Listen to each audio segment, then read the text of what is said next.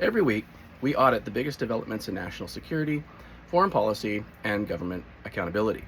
Not just what happened, but what it means, who controls the outcome, and what we should be watching next. I'm Heath Curry. This is Strategic Sundays. Let's get into it.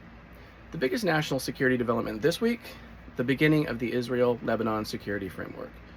A U.S. brokered agreement entered into its practical phase as the Lebanese armed forces began deploying into designated areas in southern Lebanon. The objective?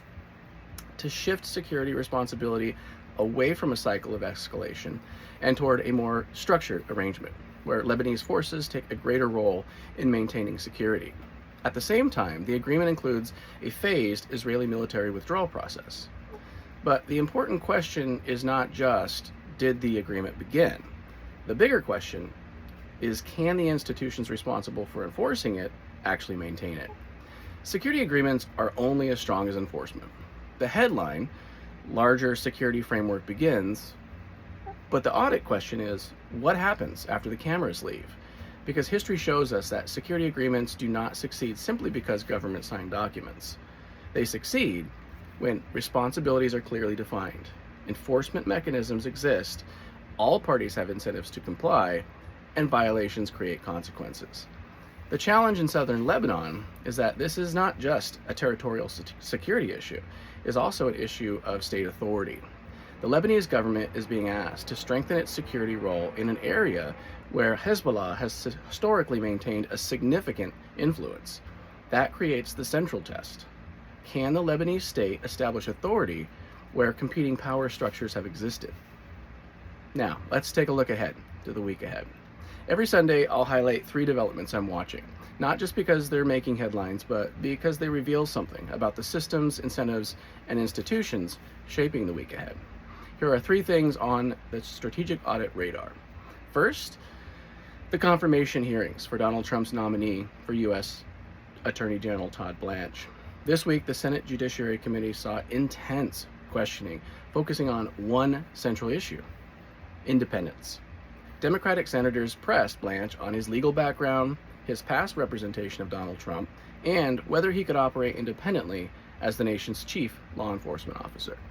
But beyond the partisan arguments, the larger institutional question is this: how does the Senate evaluate whether a nominee can separate personal loyalty, political expectations, and the independent responsibilities of the Justice Department?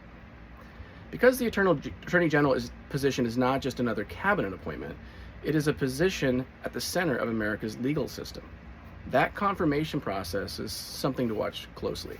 Second, the political fallout from Representative Thomas Massie's amendment vote. Last week, 104 members of Congress voted in favor of removing Israel-related funding from a major appropriations bill.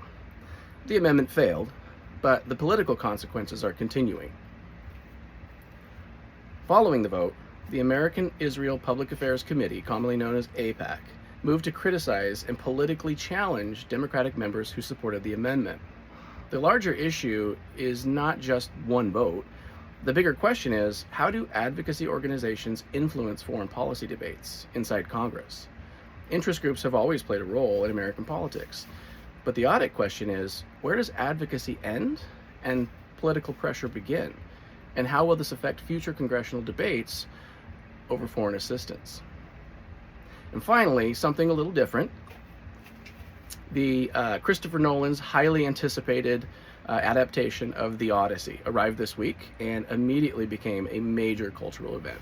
Based on Homer's ancient epic, the film brings together a massive cast and one of the most recognizable stories in Western literature. Now, why does this belong on Strategic Sundays? Because culture shapes public attention. Stories influence how societies think about leadership, conflict, loyalty, sacrifice, ambition, and power. For thousands of years, The Odyssey has been a story about strategy, survival, identity, and the consequences of decisions. So this week, I'm watching not only the box office numbers, but the conversation around why certain stories continue to resonate. Those are 3 things that I'll be watching this week: the future leadership of the Justice Department, the political consequences of foreign policy votes, and how culture shapes the conversations we have as a society. Because understanding the world isn't just about following events. It's about understanding the systems underneath them. Join me next Sunday for another episode of Strategic Sundays.